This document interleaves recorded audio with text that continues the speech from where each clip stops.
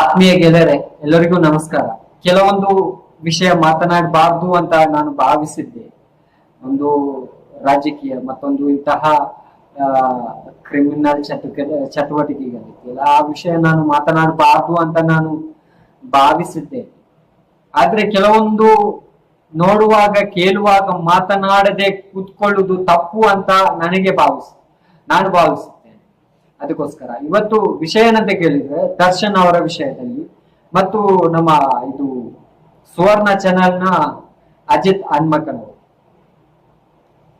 ಒಬ್ಬ ಪತ್ರಕರ್ತನಾಗಿ ಯಾವ ರೀತಿಯಲ್ಲಿ, ಯಾವ ಜವಾಬ್ದಾರಿತ ಸ್ಥಾನದಲ್ಲಿ ಇಟ್ಕೊಂಡು ಯಾವ ರೀತಿಯಲ್ಲಿ ಮಾತನಾಡಬೇಕು ಅಂತ ಗೊತ್ತಿದ್ರು ಸಹ ಅಹ್ವಾನ ದನ ಇದ್ದಾಗೆ ಇದ್ದಾನೆ ಅಂತ ಒಬ್ಬ ನಟನ ಅಥವಾ ಒಂದು ಸಮುದಾಯದಲ್ಲಿ ಅಥವಾ ಒಂದು ಜವಾಬ್ದಾರಿತ ಸ್ಥಾನದಲ್ಲಿದ್ದಂತಹ ವ್ಯಕ್ತಿಗಳನ್ನು ಯಾವ ರೀತಿಯಲ್ಲಿ ಮಾತನಾಡಬೇಕು ಅಂತ ಗೊತ್ತಿದ್ರು ಗೊತ್ತಿಲ್ಲದಾಗೆ ಮಾತನಾಡಿದ ಅಜಿತ್ ಹನ್ಮಕ್ಕನವರೇ, ಇವತ್ತು ನಿಮ್ಗೆ ನಾನು ಕೇಳಲಿಕ್ಕೆ ಇಚ್ಛೆ ಪಡುವುದು ಏನಂತ ಕೇಳಿದ್ರೆ, ನಿಮ್ಮ ಒಂದು ವಿಡಿಯೋ ವೈರಲ್ ಆಗಿದೆ, ಅದಕ್ಕೆ ನೀವು ಏನ್ ಹೇಳ್ತೀರಿ? ದರ್ಶನ್ ಅವರು ಕೊಲೆ ಮಾಡಿದ್ರು ಕೊಲೆ ಮಾಡ್ಲಿಲ್ವೋ ಅದು ಬೇರೆ ವಿಷಯ. ಈ ದೇಶದ ಕಾನೂನು ಇದೆ, ಅದಕ್ಕೆ ತಪ್ಪು ಮಾಡಿದ್ರೆ ಶಿಕ್ಷೆ ಆಗ್ಬೇಕು, ಅದು ಬೇರೆ ವಿಷಯ. ಆದ್ರೆ ಅವರ ವೈಯಕ್ತಿಕ ವಿಷಯಕ್ಕೆ ಪರ್ಸನಲ್ ಆಗಿ ನೀವು ಅವರನ್ನು ಟಾರ್ಗೆಟ್ ಮಾಡಿದ್ದೀರಿ. ಆ ಟಾರ್ಗೆಟ್ ನಿಮಗೆ ಪ್ರತಿಫಲವಾಗಿ ನಿಮ್ಮ ವಿಡಿಯೋ ವೈರಲ್ ಆಗಿದೆ. ಇದಕ್ಕೆ ನೀವು ಏನ್ ಹೇಳ್ತೀರಿ?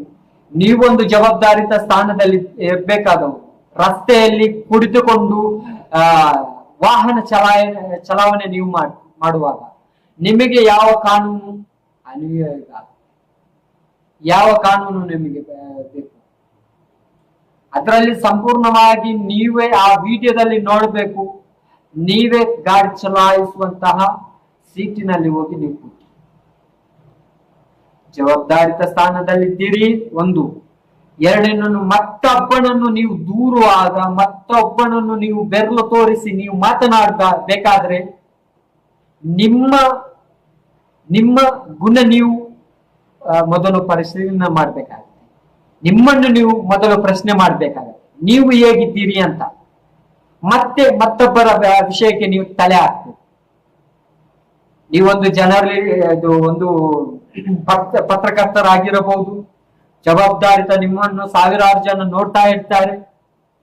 ಅದರಲ್ಲಿ ಸಂವಿಧಾನದ 4ನೇ ಅಂಗವಾದಂತಹ ಮಾಧ್ಯಮದ ಒಂದು ಜವಾಬ್ದಾರಿತ ಸ್ಥಾನದಲ್ಲಿದ್ದವರು,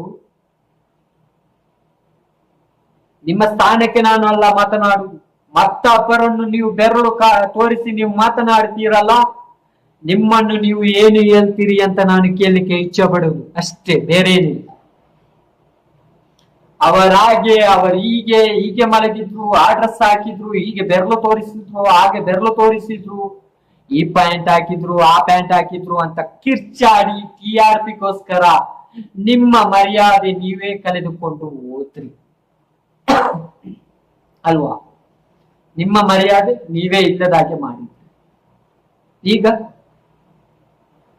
ಇದು ನಂಬಬೇಕಾ ಬೇಡವೋ? ಇದು ಸರಿಯಾ? ಅದು ನೀವು ಅಲ್ಲವೋ? ಅದು ಬೇರೆ ವಿಷಯ. ಆ ವಿಡಿಯೋದಲ್ಲಿ ಚೆನ್ನಾಗಿ ಕಾಣುತ್ತೆ.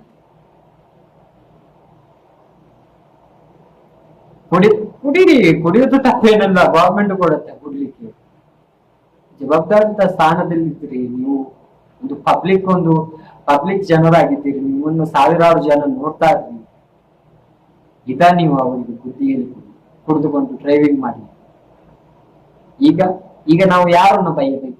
ನಿಮ್ಮನ್ನು ಬೈಯಬೇಕು, ಅವರನ್ನು ಬೈಯಬೇಕು ಅಲ್ಲ? ನಿಮ್ಗೆ ಕೊಟ್ಟಂತ ಮದ್ಯದ ಅಂಗಡಿಯವರಿಗೆ ಬೈಬೇಕು. ಏನ್ ಮಾಡ್ಬೇಕು?